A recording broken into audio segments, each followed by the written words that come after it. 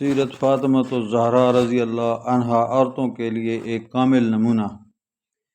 ایک دن خلیفہ راشد امیر المومنین حضرت علی کرم اللہ وجہہ الکریم نے اپنے ایک شاگرد سے فرمایا کہ میں تمہیں اپنا اور حضور انور صلی اللہ علیہ وآلہ وسلم کی لاڈلی بیٹی سید النساء فاطمہ الزہرا رضی اللہ عنہا خاتون جنت کا ایک واقعہ نہ سناؤں؟ شاگرد نے عرض کیا، ضرور سنائیے۔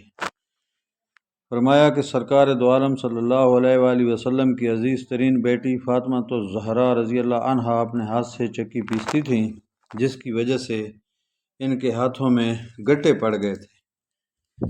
مشکیزے میں پانی بھر کر لاتی، جس کے سبب ان کے شانوں پر مشک کی رسی کے نشان پڑ گئے تھے۔ سارے گھر میں جھاڑو بھی خود ہی دیتی، جس کے باعث ان کے کپڑے میلے ہو جاتے۔ کھانا پکانا، کپڑے دھونا، بچوں کی دیکھ بھال اور پرورش، اس پر میری خدمت خاتون جنت پریشان ہو جاتی۔ اتفاق سے ایک مرتبہ رسول اکرم صلی اللہ علیہ وآلہ وسلم کی خدمت میں چند غلام اور باندیاں آئیں۔ میں نے سیدہ سے کہا، تم بھی جا کر حضور صلی اللہ علیہ وآلہ وسلم سے ایک خدمتگار مانگ لو تاکہ گھریلو کام کاج میں تمہیں کچھ مدد مل جائے کرے۔ وہ حضور انور صلی اللہ علیہ وآلہ وسلم کی خدمت میں تشریف لے گئیں، لیکن وہاں مجمع تھا، اس لیے شرم کے مارے واپس چلی آئیں۔ دوسرے دن حضور صلی اللہ علیہ وآلہ وسلم ہمارے گھر تشریف لائے اور سیدہ فاطمہ رضی اللہ عنہا سے دریافت فرمایا، کل تم کس کام کے سلسلے میں تشریف لائی تھیں؟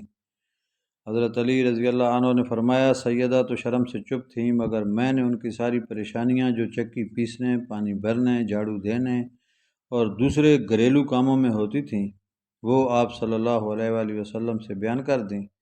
سیدۃ النساء رضی اللہ عنہا نے عرض کی، میرے اور علی کے پاس ایک ہی بستر ہے، اور وہ بھی مینڈھے کی کھال کا، جو رات کو بچھا کر سوتے ہیں اور صبح کو اس پر دانہ گھاس ڈال کر اونٹ کو کھلاتے ہیں۔ سرکار صلی اللہ علیہ وآلہ وسلم نے فرمایا، بیٹی صبر کر، اللہ کے نبی حضرت موسیٰ علیہ السلام اور ان کی بیوی کے پاس 10 سال تک ایک ہی بچھونا تھا، وہ بھی حضرت موسیٰ علیہ السلام کا چوغا۔ بیٹی تقوی اختیار کر اپنے رب کا فریضہ ادا کرتی رہے اور اپنے گھر کے کام کاج کو انجام دیتی رہے، البتہ سونے سے پہلے 33 مرتبہ سبحان اللہ، 33 مرتبہ الحمدللہ اور 34 مرتبہ اللہ اکبر پڑھ لیا کر کہ یہ خادم سے زیادہ اچھی چیز ہے۔